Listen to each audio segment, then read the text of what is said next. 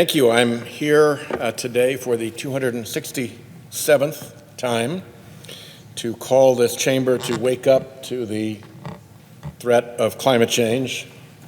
It is getting a little dog-eared with use, my chart here. Let me dive right in with a report from over 30 years ago that was presented to a major conference here in Washington, D.C. On the very first page of this report, it says, and I'll quote it here, "Increases in atmospheric concentration of carbon dioxide and other key gases that are opaque to portions of the infrared spectrum result in the greenhouse effect, or global warming.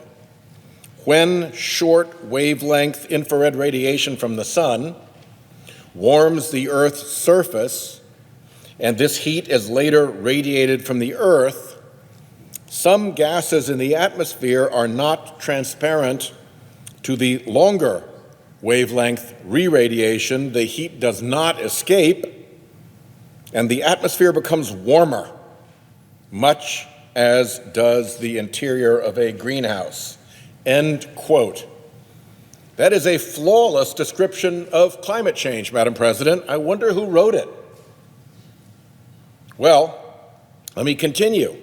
After some hedging about the state of the science and the uncertainty surrounding how much climate change could be attributed to humans at that point in time, this same report delves into the expected effects of climate change on our planet. It reads, quote, "There is qualitative agreement among prognosticators that sea levels will rise, wetlands will flood, salt water will infuse freshwater supplies, and there will be changes in the distribution of tree and crop species and agricultural productivity." End quote. Wow. That's really accurate. That's all the stuff we're actually seeing happen right now. Gosh, I wonder who wrote that. Let's continue on through the report. I quote it again. "A significant rise in sea levels will flood now habitable land in some countries. Developed countries may be able to protect their cities, at least for some years, by building levees and dikes at a considerable cost to avoid major displacements of people and their economic bases." We are also seeing that. Impressive. Whoever wrote this report really got this quite accurately 30 years ago. Let me go on with the report. Quote, "These same actions will affect wetlands, and it may not be possible to protect both coastal and wetland areas. Once you've built your dikes, it pushes water out and into wetland areas. Flooding," the report says, "will intrude into water supplies, such as coastal cities, e.g. Miami and New Orleans." Wow. Who wrote this? This is good. Continue.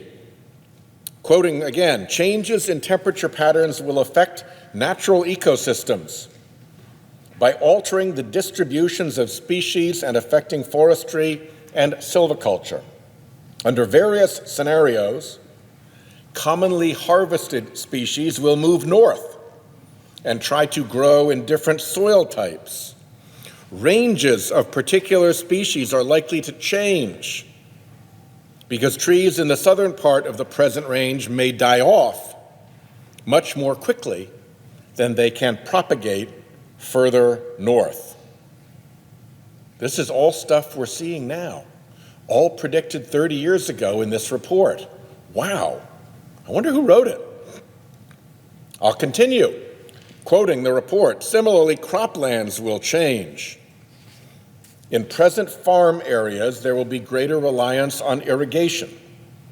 The stress will depend on changes in precipitation patterns, which is now difficult at best to predict. Grain production will move north, and productivity may fall because of differing soil types. Global warming could expand the northern range of livestock and pests. Still quoting from this report, global warming will affect snowfall patterns, hence melt, and affect water supplies. Most of California's water supplies are from snowmelt. And if snow is reduced to rain or melts quickly during the winter, water supplies in the summer will be less than now. Wow. 30 years ago, they predicted all of that. That's really impressive. Fast forward to today, and that's exactly what we're seeing. All of it. Underway already. Sea level rise is already happening. The tide gauge in Naval Station Newport, in my home state of Rhode Island, shows over 10 inches of sea level rise over the last century. Temperatures are up globally, with some areas measuring increases well above 2 degrees Celsius. Wildlife and plants are indeed shifting away from the equator, like the maple trees, whose range is creeping out of the United States towards Canada. And of course, we have seen water tables continue to drop as temperatures rise and snowpack dwindles. Wow, this report was so accurate. Who wrote it? Well, let's look for a minute at the prescriptions that the report lays out. What should we do about this problem it describes so accurately? Those prescriptions are pretty good for 30 years ago, too.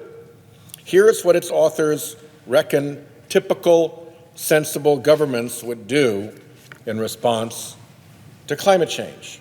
1, reduce the emissions of CO2 by reducing the use or mix of fossil fuels. 2, reduce the emissions of potential pollutants. 3, improve energy efficiency. 4, ban or restrict the manufacture of certain chemicals. And 5, seek to affect the natural emissions of key chemical compounds. End quote. Wow. Indeed, governments around the world have adopted these policies. There are dozens of carbon pricing regimes in place, including in some of our biggest global competitors, like the program China is rolling out this year. There are comprehensive energy efficiency programs and bans on climate-damaging chemicals like HFCs, and global efforts to harness natural processes like growing trees to sequester carbon. That's really good prescription, whoever wrote it. This rigorous analysis was so good that its authors eagerly thrust it into the hands of political leaders here in the United States. Not only did the authors present it to the Symposium on Industrial Development and Climate Change in May 1989, they submitted it to the U.S. House of Representatives at a hearing on the same day. In the hearing, the authors condemned the House Committee on Climate-Related Legislation and expressed support for, and I quote them here, coordinating federal research and national global climate change policy efforts, end quote. So who was it? Who was this sensible, forward-thinking group lauding a smart bill 30 years ago designed to prepare us for climate change? Who was it over 30 years ago presenting all of these sound findings and recommendations to international business leaders and to members of Congress? Who was it? Hold your breath. It was the U.S. Chamber of Commerce, the biggest, most powerful trade group in Washington, and one of the biggest obstructors of climate action in Washington today, according to the nonpartisan watchdog influence map. Here's a chart showing the big corporate players in Washington on climate. The good guys are over here on the green side. The bad guys are over here on the red side. The worst is that climate miscreant Marathon Petroleum, that is busy messing around with electronic vehicle taxes and messing around with vehicle fuel efficiency standards. But right here, lined up with Phillips 66, the Southern Company Marathon, right here, boom, the U.S. Chamber of Commerce, way over on the far side of climate obstruction and denial. As Influence Map's Dylan Tanner testified last fall, the U.S. Chamber of Commerce is likely the most authoritative voice of American business, and it has been one of the most ardent opponents of climate action. It's just gross. The Chamber knew about this problem early on. It took its own sound climate report to business leaders and the U.S. Congress in the 1980s. They described then what we're seeing now. They described then what they have denied since then. They made recommendations that we are still pushing for now. It was poised back then in the 1980s to be a part of the solution to climate change, to get onto this problem early before it metastasized into the climate crisis we experience today. But instead, here's what the Chamber did. It opposed one comprehensive climate bill after another in Congress, opposed them all. The Bipartisan Cap and Trade Bill in 2005, the Energy Policy Act. The Chamber sent out a key vote alert signal that whoever voted in favor of the bill could face an onslaught of political attacks in the next election. That's another feature of the Chamber's climate obstruction. They run TV ads against candidates who might do something about climate. Here are some hot moments from some of their climate attack ads. If we were to do anything about climate change, obviously you'd be freezing in your bed in a sleeping bag and a coat on top of with your covers.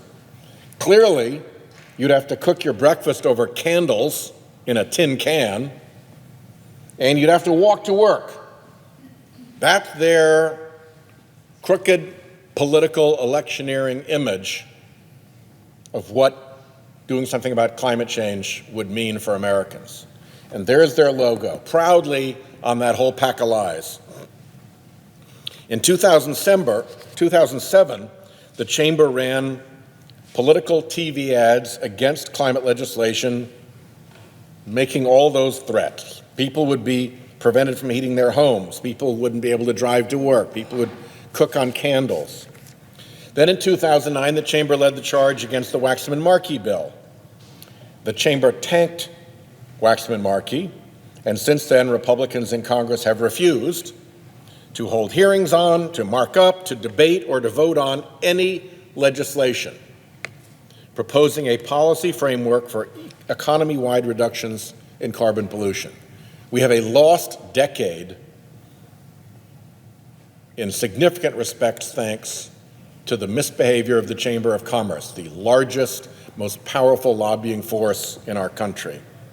The Chamber doesn't just try to beat climate action in Congress. The Chamber also has fought climate action in the courts, and it's fought climate action in the agencies of the executive branch. Here are some lowlights of Chamber mischief. In 2010, the Chamber sued the EPA, seeking to overturn the finding that greenhouse gas emissions endanger public health and welfare. Disabling the endangerment finding would cripple EPA's ability to regulate carbon under the Clean Air Act. When courts rejected the Chamber's lawsuit, the Chamber became central command for corporate lawyers, coal lobbyists, and Republican political strategists who devised the legal schemes to fight climate regulations. This produced another Chamber lawsuit to block the Clean Power Plan to reduce carbon pollution from power plants. And of course, once President Trump took office, the Chamber switched from defense and obstruction to offense, to begin attacking Obama administration rules that limited carbon pollution. The chamber even funded the phony report that President Trump used as his justification for leaving the Paris Accord. That's the contribution to this of the U.S. Chamber of Commerce. They authored that report that I read from 30 years ago. They made the recommendations about fixing this problem 30 years ago, and then they turned into this climate obstruction political monster. Worst of all, the chamber has been fighting science itself. It actually proposed putting the evidence of climate change on trial in what its own officials branded the Scopes monkey trial of the 21st century. The chamber said the trial, and I quote them here, would be evolution versus creationism.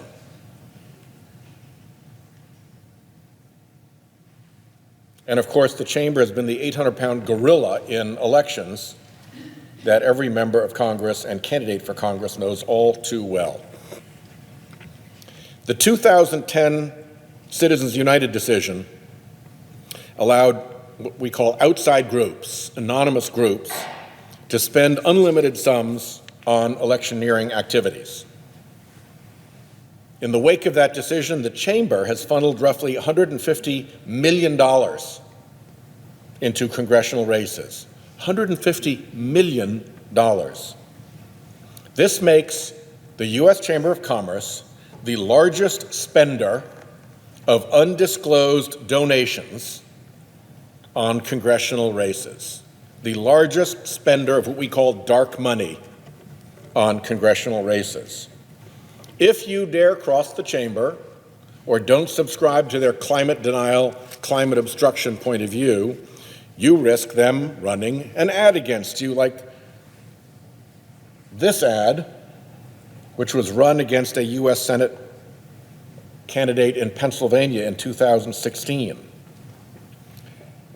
This is towards the end of the ad, and the theory of the ad is that the candidate was so determined to tax energy that she was going to tax the energy of these women's children running around on a playground.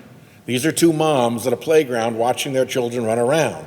And the setup is, oh, wow, how energetic Johnny and Billy are. Oh, but don't you know? Senate candidate is going to tax their energy. Run, Jimmy, run, is the punchline. Classy.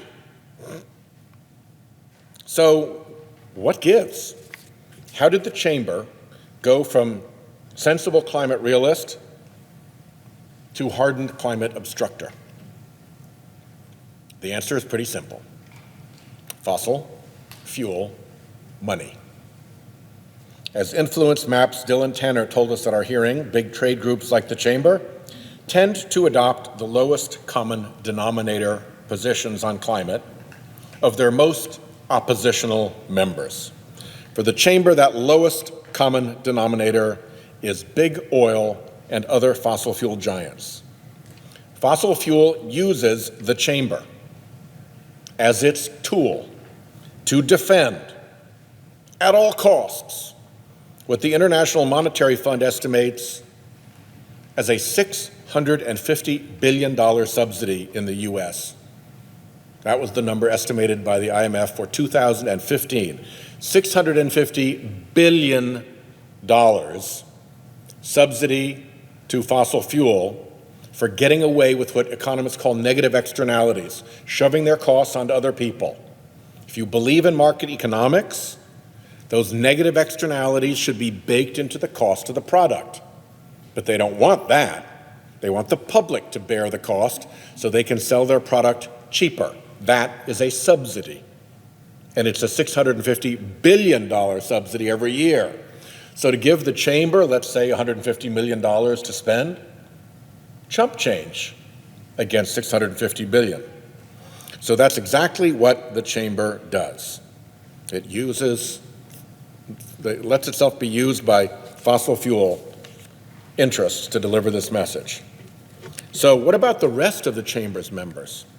Not everybody in the Chamber is a fossil fuel company. Big tech. What about you guys? You've got companies in your ranks who claim to care a lot about climate. Google, for instance, has a company motto, "Don't be evil."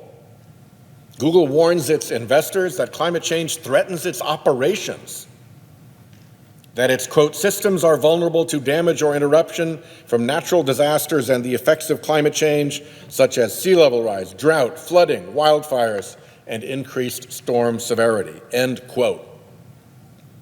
Google also tells investors that, and I quote him again, "climate change is one of the most significant global challenges of our time," one of the most significant global challenges of our time, and that it has a goal to reach 100% renewable energy for our operations. Google even signed the Corporate Renewable Energy Buyers Principles and the American Business Act on Climate Pledge. Yet Google also funds the Chamber's anti-climate crusade. And I don't know about my colleagues, but Google does not come to my office saying, "Hey, you need to do something good on climate." They got a million issues they lobby us on, but it's not climate change. On climate change, they support the Chamber of Commerce, and the Chamber of Commerce is our adversary. Look at the big food and beverage companies. They've got crops, a supply chain of grain and fruit and vegetables, crops, that the Chamber report 30 years ago told us would be affected by climate change. Those crops are the bread and butter, the supply chain of these big food and beverage companies. Where are they? Many food and beverage companies say they understand the threat of climate change.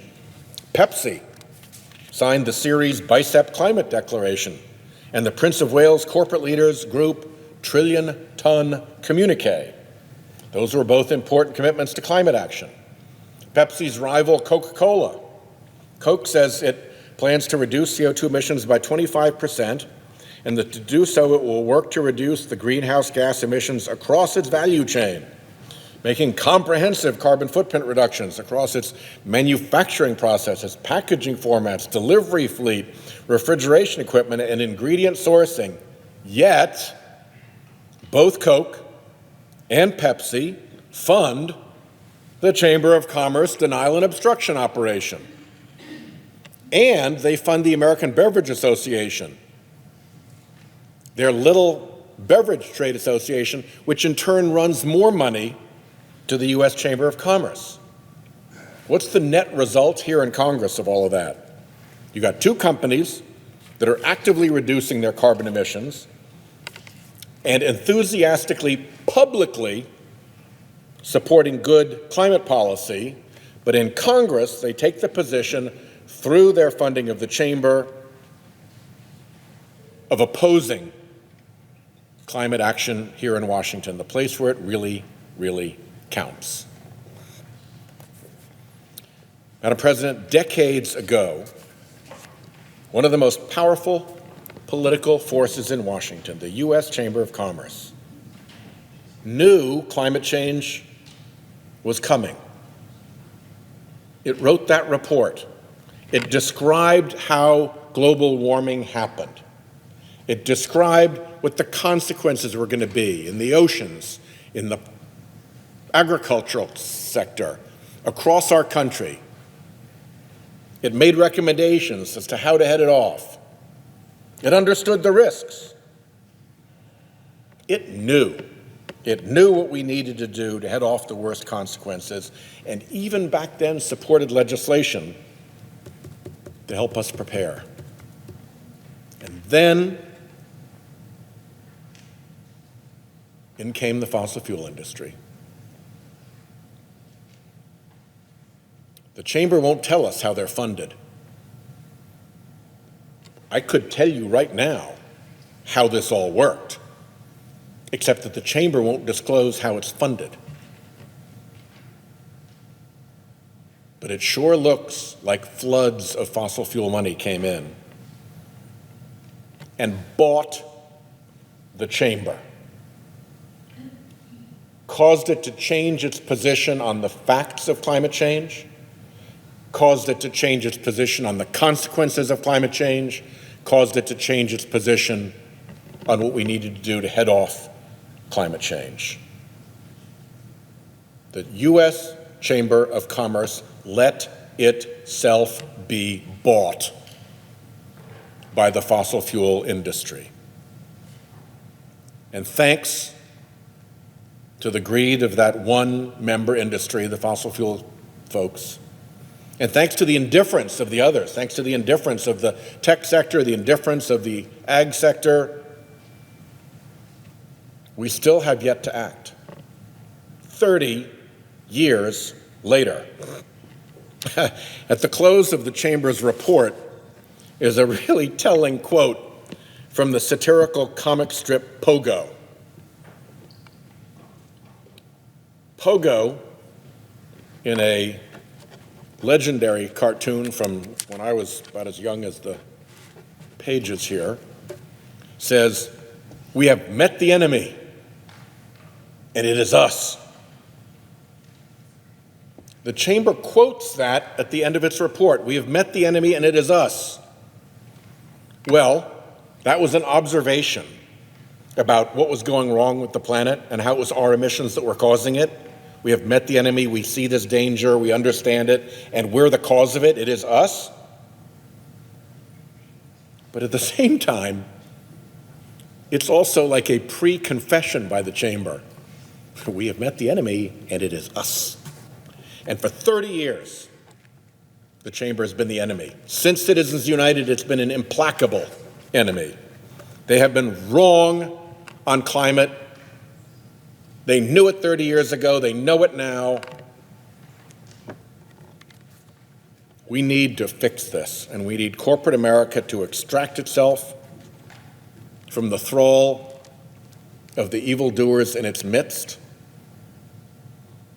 and we need to solve, at last, this problem.